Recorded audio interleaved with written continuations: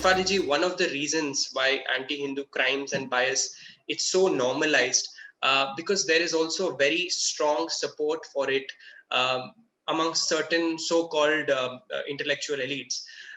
And these are the same people who attack Hindu voices relentlessly when we raise them. How do they do it? And why also do they feel threatened by the voices who speak in support of Dharma? Why do they feel threatened? It's obvious, no? Nobody wants the underdog to have a voice, right? When for years and years and for centuries and centuries, you've had one class of people as the oppressors and one class of the people as the oppressed, you wouldn't want the oppressed to be assertive. You wouldn't want the oppressed to find their voice. You wouldn't want the oppressed to push back. I think it was Conrad Elst who had basically said that, I'll paraphrase. I don't remember the exact quote, but I'll paraphrase. The essence of the quote was that they hate Hindus because ours is the only surviving civilization. The entire world had polytheistic civilizations. Okay, everybody had them. The Greeks had them. The Romans had them. The Egyptians had them. The Mayans had them. The Incans had them. What happened to them? They are now all exhibits in museums. There is not a living civilization that is left on this planet other than ours. And if you go to Egypt today, and it's a spectacle, it's a tourist spectacle. The people of modern Egypt today, they have no connection with their past. They have no connection with their culture. They keep it alive only because it fetches them foreign exchange in tourism. If tourism was not there, then they would also turn into ISIS and burn all the mummies and all the statues and all the temples down. That's a fact. The reason why the world hates us, the so-called left thinkers hate us, is because we are still surviving despite everything else, despite every possible effort. And because of that, they always want to tell us stories, that Hindu stories of defeat, Hindu stories of giving up, Hindu stories of uh, just rolling over and getting yourself killed. But that's not true. Even at the height of Mughal atrocities on Hindus, even with a with a bigot like Aurangzeb ruling India, even then people still held on to their dharma. Even despite what Inquisition did to the Hindus, the kind of torture they had to undergo, and this was unspeakable torture. Despite that, people like my ancestors, they left everything that they owned. They left land, they left riches, they left everything, and they just left with the clothes on their back because they wanted to hold on to their dharma.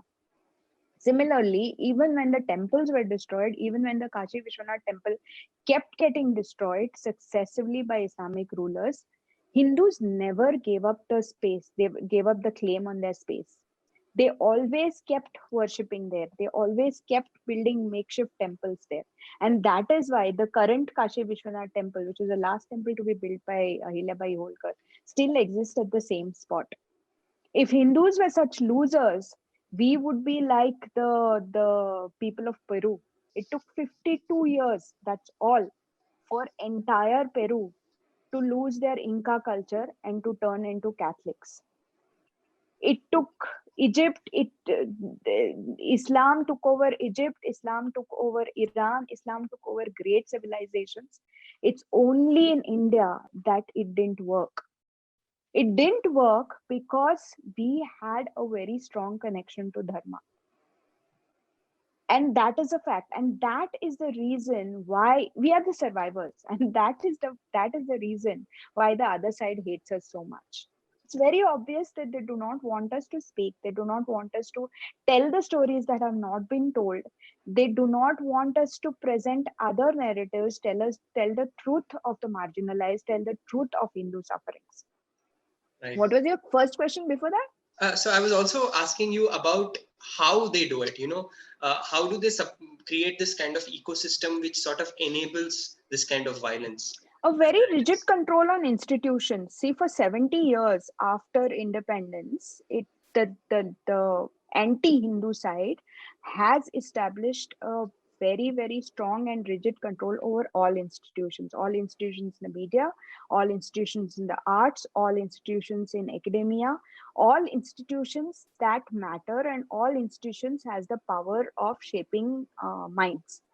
Because that is exactly, it's only now that you have at least some channels which call people like me to speak up their mind. But earlier, who used to be published?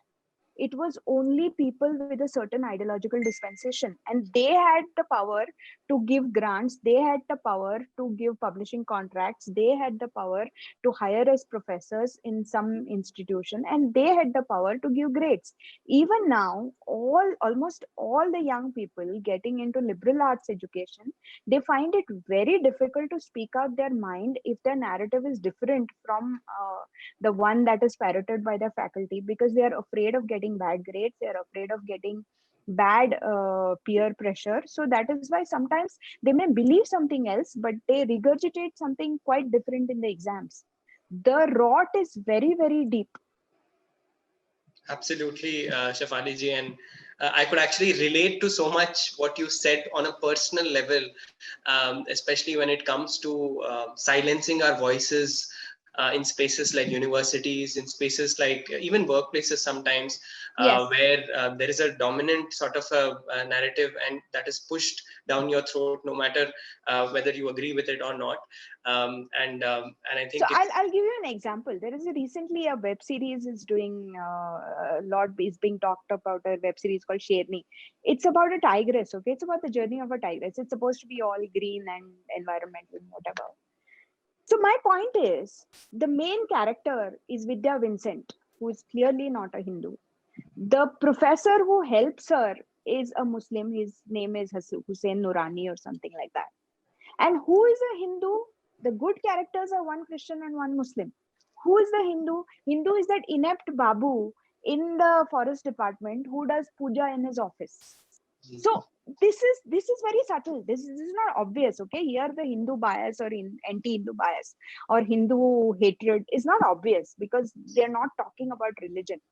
But when you show these characters as the upright forest officer as a Christian, she could have been a Hindu. The upright, green-minded professor is a Muslim. He could have been a Hindu.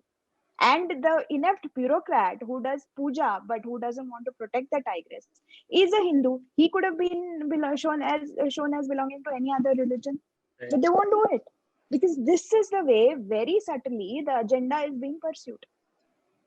And if you talk about it, if you Gems of Hollywood, Gems of Bollywood is a great handle on Twitter, which basically talks about clips from Hindi movies and tries to show how systematically Hindu hatred has been propagated all these years. Then the kind of reactions that they get, and sadly they're mostly from Hindus, is like, stop nitpicking. Why are you talking about? Why are you finding Hindu hatred in everything? It's obvious. It's only when you learn to see it that you will be able to see. It's right there in your face, actually. It's just that you and I are not trained to see it. But the minute, someday when the eyes open, no, somebody had asked me once, why are you doing this? Why do you constantly write about this all the time? Hindu, Hindu, kyun karte ho aap? So it's kind of like, you've seen how small puppies are there, when they're born, their eyes are closed. And then one day their eyes are open.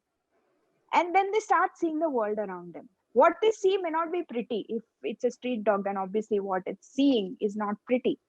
But can it go back to blindness? No. Once your eyes are open, they're open. So once you start seeing this bias, once you start seeing the Hindu hatred in media, in academia, in films, it's difficult to not see it. Then you start seeing it everywhere. And then you ask yourself, how did I not see it back then? Please remember to subscribe to us and switch on the notifications for this channel. For our other social media links, more content, and to support our work, please visit citti.net. Dhanyavad. Namaskar.